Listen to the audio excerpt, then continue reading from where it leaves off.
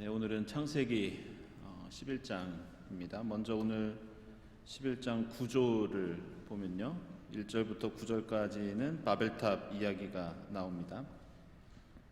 그리고 10절부터 26절까지는 이 셈의 자손에 관한 족보가 나오고, 또 27절부터 32절까지는 데라의 족보가 나옵니다. 이렇게 창세기 11장은 세 부분으로 나뉘어져 있습니다. 이 세 부분은 원래부터 하나로 묶여 있던 것은 아니었습니다. 원래는 바벨탑 이야기, 셈의 족보, 데라의 족보, 이렇게 따로 전해오던 이야기 그리고 족보였지만, 성경 기자가 어느 시점에 특별한 목적을 가지고 지금의 순서로 성경에 기록한 것이라고 할 수 있습니다. 그래서 이제 중요한 것은 그 목적과 의도가 있었을 텐데, 그것을 파악하는 것이 창세기 11장을 이해하는 데 중요하다고 하겠습니다. 먼저 1절부터 보시면, 처음에 세상에는 언어가 하나뿐이어서 모두가 같은 말을 썼다, 이렇게 나옵니다. 성경 기자는 마치 이 퍼즐 조각을 맞추는 것처럼 옛날부터 내려오던 하나님의 말씀, 그리고 여러 가지 이야기들, 그리고 족보 같은 자료들을 순서대로 편집을 했지만, 그 자료들 사이에는 서로 모순되는 내용도 있고, 또 중복되는 내용도 있고, 또 때로는 시대가 맞지 않는 내용들도 있는 것을 발견할 수 있습니다. 하지만 성경 기자는 이런 모순이나 중복이나 시대에 맞지 않은 것을 억지로 수정해서 맞추기보다는 있는 그대로 조금 문자적으로 문제가 있더라도 기록하는 그런 경향이 있습니다. 아마도 인위적으로 개정하는 것보다 그동안 신앙의 선조들이 경험하고 목격했던 하나님의 역사하심을 그대로 후손들에게 전해주는 것이 가치 있고 중요하다고 생각했을 겁니다. 그것은 지금 1절도 마찬가지입니다. 여기 보면 이제 모두가 같은 언어를 썼다, 이렇게 나오지만, 이것은 앞에 나오는 10장의 노아의 족보 내용과 맞지 않는 부분들이 있습니다. 10장 5절을 보시죠. 여기 보면, 이들에게서 바닷가 백성들이 지역과 언어와 종족과 부족을 따라서 저마다 갈라져 나갔다, 이렇게 야벳의 자손에 대해서 말씀합니다. 여기서 지역과 언어와 종족과 부족을 따라서 갈라져 나갔다는 것은 당연히 하나의 언어가 아니라는 뜻입니다. 따라서 세상의 언어가 하나라는 11장 1절과는 조금 다른 내용이라고 할 수 있습니다. 이거는 10장 20절도 마찬가지입니다. 이 사람들이 종족과 언어와 지역과 부족을 따라서 갈라져 나간 함의 자손이다. 10장 31절에 나오는 이 셈의 자손도 마찬가지라고 할 수 있습니다. 따라서 이 10장에서는 이미 세상이 여러 가지 언어로 갈라져 나왔다고 말씀하고 있고, 또 오늘 11장 1절에서는 언어가 하나뿐이다, 이렇게 나오는데, 여기서 중요한 것은 옛날에 언어가 하나였는지 여럿이었는지, 그리고 언제부터 다양한 언어가 사용되었는지, 그 역사적인 정보를 얻는 것이 중요한 것이 아니라 이 바벨탑 이야기와 족보에 담긴 의미가 무엇인지 그것을 살펴보는 것이 우리가 성경을 읽는 바른 자세라고 할 수 있겠습니다. 먼저 내용을 대략적으로 살펴보면, 2절에서 사람들이 동쪽에서 이동해 오다가 시날 땅에 자리를 잡습니다. 4절을 보면 자신의 이름을 날리고 온 땅에 흩어지지 않기 위해서 도시를 세우고 하늘 꼭대기에 닿을 정도로 열심히 탑을 쌓습니다. 그러나 하나님께서 그들이 하는 말들을 뒤섞어서 서로 알아듣지 못하게 하시자 사람들은 도시 세우는 일을 그만둘 수밖에 없었고, 온 땅에 흩어질 수밖에 없다는 그런 말씀이 나옵니다. 그리고 이 바벨탑 이야기에 이어서 셈의 족보와 데라의 족보가 이어집니다. 이 바벨탑 이야기에서 먼저 중요한 것은 이 이야기의 구조가 매우 재밌습니다. 지난번에 그 교차대구법, 키아스무스라는 거 여러분에게 말씀드린 적이 있는데요. 성경에 이런 구조가 여러 번 나온다고 말씀드렸습니다. 근데 그 대표적인 예가 지금 이 바벨탑 이야기입니다. 여러분들 나눠드린 자료를 한번 보시죠. 먼저 1절을 보시면 세상의 언어 이런 표현이 나옵니다. 근데 이제 맨 밑에 9절을 보시면 온 세상의 언어, 말 거의 같은 표현이 등장하죠. 2절을 보시면 거기에 자리를 잡았다에 거기라는 단어가 나옵니다. 8절을 보시면 밑에서 두 번째죠. 주님께서 거기에서 이런 표현에서 거기라는 단어가 역시 나옵니다. 3절 보시면 서로 말하였다 해서 서로가 나오고요. 다시 또 7절 보시면 서로라는 단어가 역시 나옵니다. 3절 하반절부터 쭉 보시면은 이렇게 서로 대구를 이루는 그런 구조를 갖고 있습니다. 이런 교차 대구법의 구조에서 중요한 것은 맨 가운데 무엇이 나오느냐, 그게 제일 중요합니다. 그래서 5절에 나오는 주님께서 내려오셨다. 이 말씀을 강조하기 위해서 일부러 이런 구조를 취하고 있습니다. 이게 왜 주님께서 내려오신 것이 중요한지는 조금 이따가 다시 말씀드리도록 하겠습니다. 그 2절로 돌아가면 사람들이 신할 땅에 정착했다고 하는데 이 바벨탑 이야기에 나오는 사람들의 목적은 이 4절에 나오는 것처럼 흩어지지 않는 겁니다.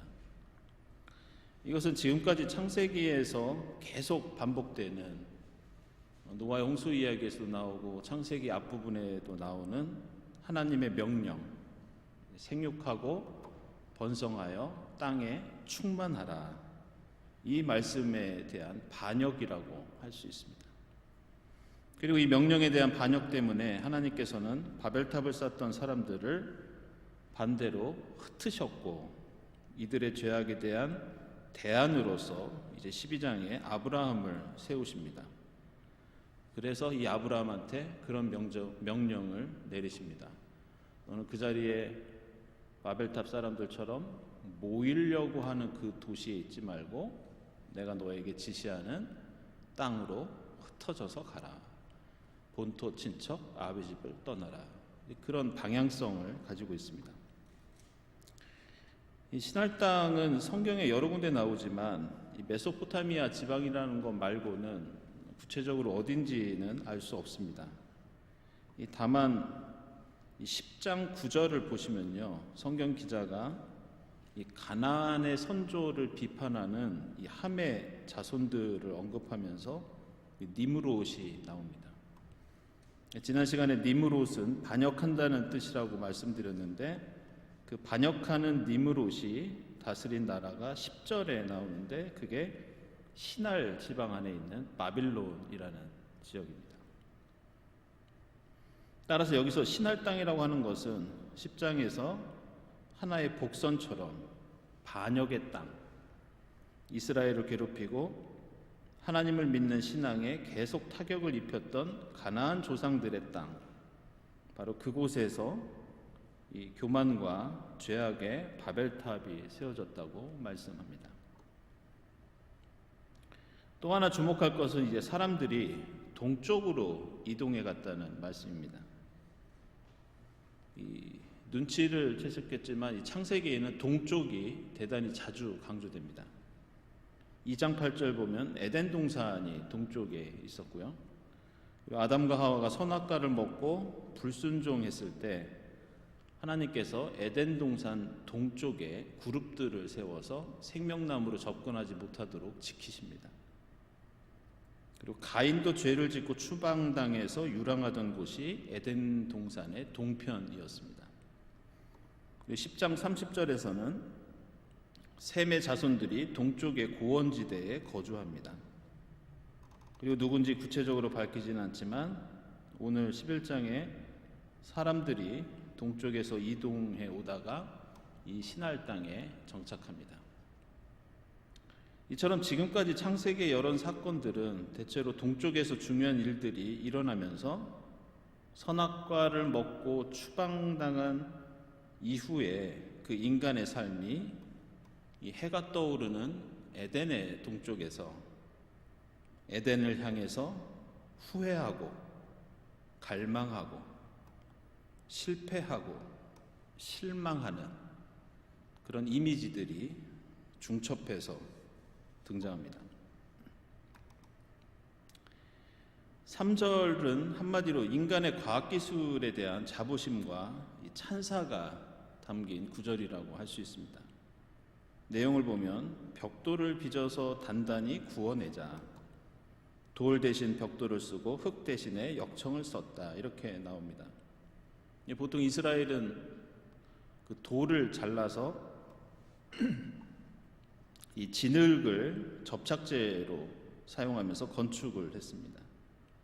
근데 이 바벨탑 이야기에는 단순히 돌을 자르는 것이 아니라 보다 발전된 기술로 벽돌을 굽고 또 진흙 대신 역청, 이 역청은 아스팔트 같은 걸 가리킵니다. 이 끈적거리는 아스팔트 같은 재료를 접착제로 사용합니다. 이러한 기술과 진보에 대한 자부심은 이 문학적인 기법을 통해서도 드러나는데요. 오늘 이 본문의 벽돌을 만들자, 이 표현은 직역하면 벽돌을 벽돌 만들자, 이런 뜻입니다. 벽돌을 벽돌 만들자. 그래서 동사와 목적어가 동일한 어원을 사용하면서 무언가 벽돌이 반복되고 강조되는 그런 효과를 만듭니다. 그리고 흙 대신 역청을 쓰자는 말씀도 히브리어로 보면 헤마르 라호메르, 이렇게 비슷한 발음이 반복됩니다. 역시 이젠 흙이 아니라 역청을 쓸 거라고 강조합니다. 이 4절에는 도시와 탑을 건설한다는 내용이 나오는데, 여기 나오는 탑은 히브리어로 미그달이라고 합니다. 그런데 이 말은 히브리어로 크다라고 하는 그 가돌이라는 단어와 연결되는데, 성경에는 이 탑이 매우 부정적인 이미지로 이후에도 계속 등장합니다. 그것은 아무래도 이 바벨탑 이야기의 영향이라고 할 수 있습니다. 이사야서 2장 15절과 16절 보면요, 주님의 심판의 날을 묘사하면서 모든 높은 망대와 모든 튼튼한 성벽과 다시스의 모든 배와 탐스러운 모든 조각물이 다 낮아지는 날이다, 이렇게 나옵니다. 여기서 이제 높은 망대가 미그달입니다. 그리고 이렇게 높이 쌓은 건축물들, 성이나 탑 같은 것들을 교만, 자랑, 그리고 권력과 힘의 상징으로 그렇게 봅니다. 이사야서 30장 25절에서도 큰 사륙이 일어나고 성의 탑들이 무너지는 날에 높은 산과 솟은 언덕마다 개울과 시냇물이 흐를 것이다, 이렇게 높은 탑, 이런 것들을 부정적으로 묘사합니다.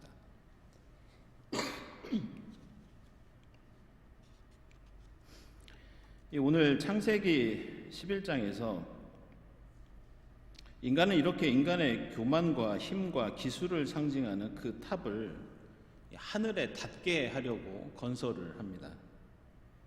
근데 예레미야서 51장 53절을 보면 하나님께서 이스라엘을 망하게 한 바벨론에게 복수를 하신다는 말씀이 나오는데, 여기서 하늘에 닿게 하기 위해 짓는 교만의 바벨탑을 연상시키는 이미지가 이 예레미야서에 나옵니다. 이 예레미야서를 읽어보면 바벨론이 비록 하늘까지 올라가서 그 높은 곳에 자기의 요새를 쌓는다 하여도 내가 파괴자들을 보내어 그것을 부수겠다, 나 주의 말이다. 이것은 당시에 이 높은 탑을 쌓는다는 것이 인간의 교만과 자랑과 힘과 기술을 과시하는 것이었지만, 또 다른 한편으로는 높은 곳이 적의 공격으로부터 자신을 보호해주는 요새의 역할을 했기 때문에 사람들이 그것을 많이 의지했고, 또 하나님께서는 그 의지한 것들을 내가 무너뜨리겠다, 이렇게 심판의 메시지를 전하고 있습니다. 그래서 예레미야서는 바로 그러한 스스로 안전하다는 높은 요새와 탑을 하나님께서 무너뜨리는 심판의 메시지를 선포하면서 오늘 창세기 11장에서도 그러한 인간의 의도에 대해서 하나님께서 조롱하는 장면이 나옵니다. 그게 바로 이제 5절입니다. 이 5절은 앞서 나눠드린 자료에서 맨 가운데에 배치가 된 이 이야기에서 가장 중요한 그런 핵심적인 의미를 담고 있습니다. 그렇다면 이 5절에서 하나님께서 이 사람들의 도시와 탑을 보려고 왜 내려오신다는 말씀을 하고 있는가? 그것은 인간이 온갖 기술과 지혜를 동원해서 하늘에 닿을 만큼 엄청난 탑을 쌓고 있지만 하나님 눈에는 잘 안 보인다는 뜻입니다. 인간은 대단히 크고 화려하고 멋진 탑을 쌓고 있지만 나 하나님 눈에 볼 때는 너무 작아서 보이지 않는다. 일종의 비웃음입니다. 그리고 내려오셔서 사람들의 말을 뒤섞어 놓으시는데 왜 하나님께서는 바벨탑을 무너뜨리지 않으시고 말을 뒤섞어 놓으시는 걸까? 그것은 이 탑을 무너뜨리면 바로 다음에 또 다른 도시와 탑을 짓는 것이 인간의 죄악된 습성이기에 차라리 그 탑을 건설할 수 있는 근본적인 능력, 바로 의사소통의 능력을 어렵게 하심으로써 하나님을 대적하지 못하게 하신다, 이런 뜻을 갖고 있습니다. 그래서 결국 8절에서 인간은 도시 세우는 일을 그만둘 수밖에 없었고, 또 9절에서 온 세상의 말을 뒤섞으셨다고 해서 사람들은 그곳을 바벨, 이렇게 부릅니다.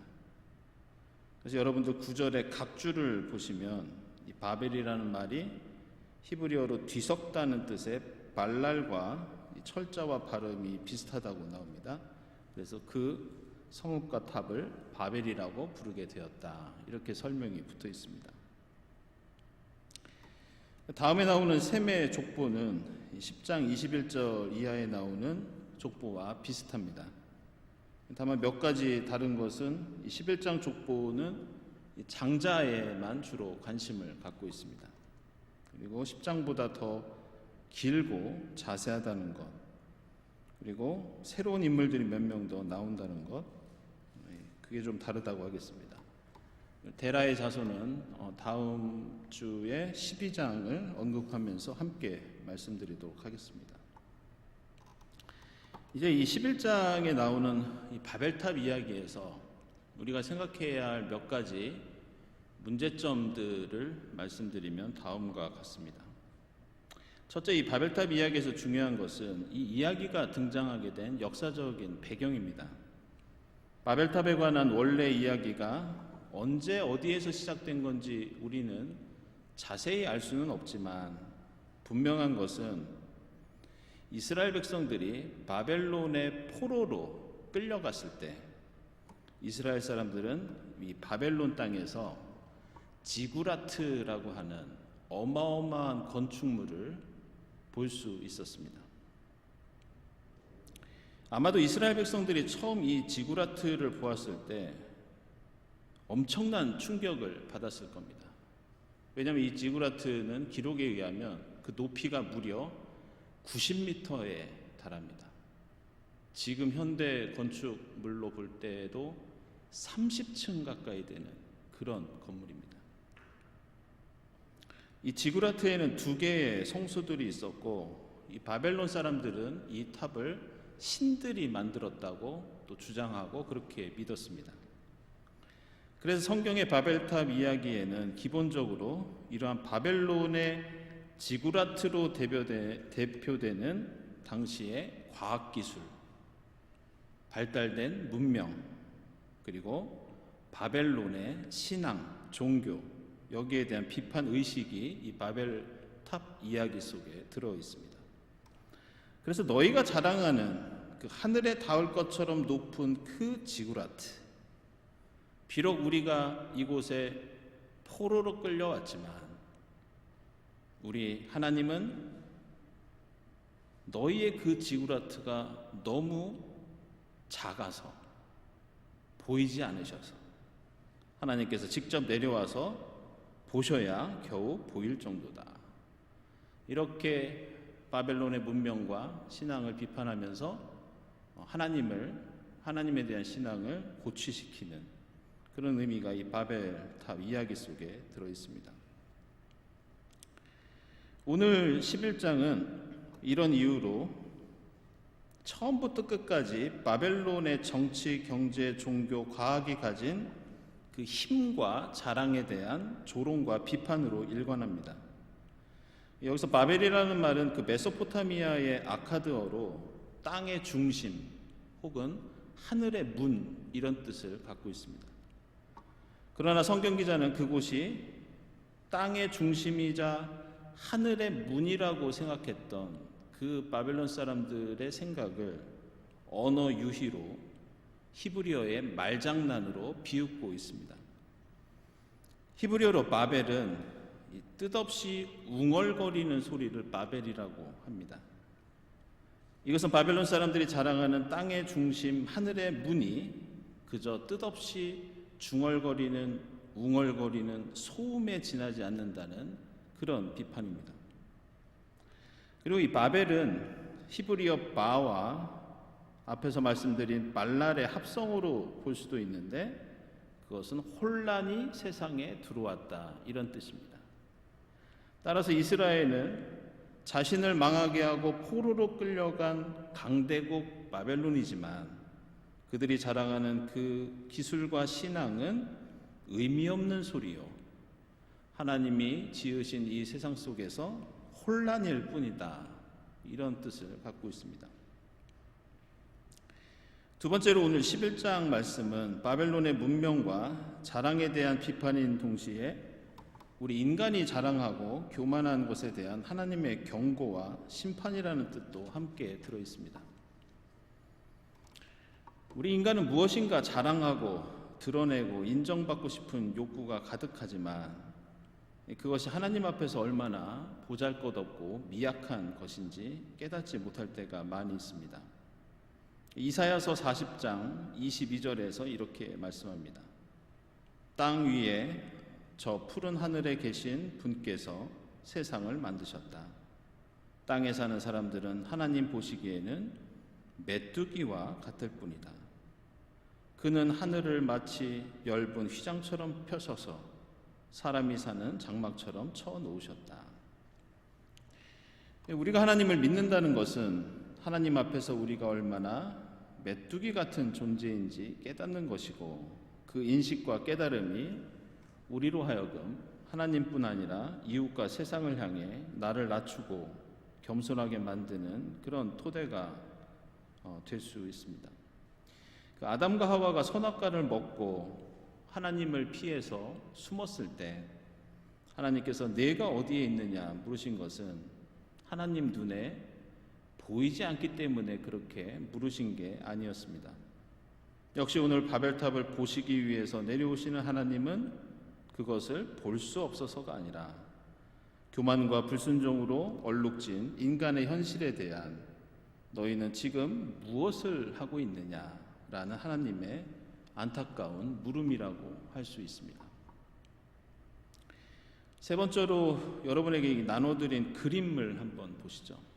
먼저 칼라로 된 작품을 보시면 지난 시간에 언급한 이 피터 브리헬의 바벨탑이라는 작품입니다. 그 서양 작품에는 이 바벨탑을 주제로 한 그림들이 대단히 많이 있습니다. 그래서 몇 년 전에 이 프랑스 릴이라는 도시에서는 대단히 큰 뮤지엄이 있는데요. 그 바벨탑 특별전이 있었습니다. 그 정도로 바벨탑을 그린 작품들이 많이 있습니다. 그 중에서도 이 작품이 가장 널리 알려진 건데요. 이 화가는 이 작품 외에도 작은 바벨탑이라고 하는 또 그림이 또 있습니다. 이 그림 왼편 아래에는 지난 시간에 말씀드린 세상의 권력과 힘을 상징하는 니므롯, 반역자가 나옵니다. 그리고 그 니므롯 앞에는 엎드려 절하는 사람이 나오는데 그게 이제 화가 자신입니다. 그리고 그 근처에는 화장실 대신에 그 왕 근처에서 볼일을 보고 있는 사람이 작게 그려져 있습니다. 일종의 그를 향한 어떤 조롱, 비판 이런 의미로 풍자로 그런 그림을 그려놓았습니다.